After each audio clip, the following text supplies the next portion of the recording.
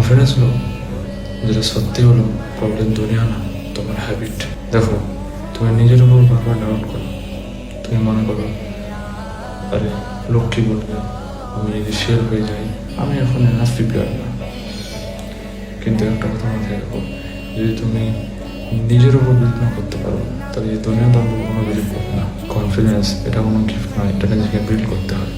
I will share with you 3 Islamic steps or habits that will change your life. Habit number 1, ফজরের নামাজ। সকাল সকাল উঠে ফজরের নামাজ পড়ো।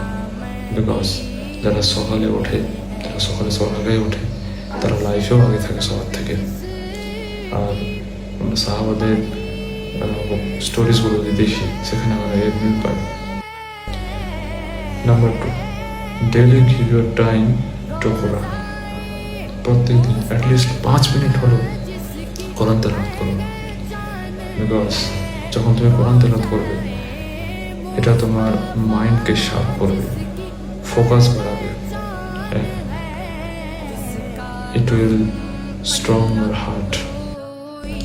নাম্বার 3, যত পারো বেশি করে দোয়া করো। আর দোয়াকে ক্যাজুয়াল নিও না, যখনই দোয়া করবে সিনসিয়ারলি আল্লাহর চাও। আর এটাই তোমার কনফিডেন্সকে আরো বাড়াবে। So discipline equal to confidence.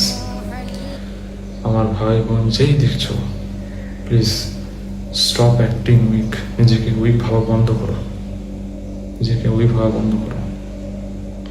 তোমার মধ্যে পাওয়ার আছে, জাস্ট আনলক ইট, জাস্ট আনলক ইট।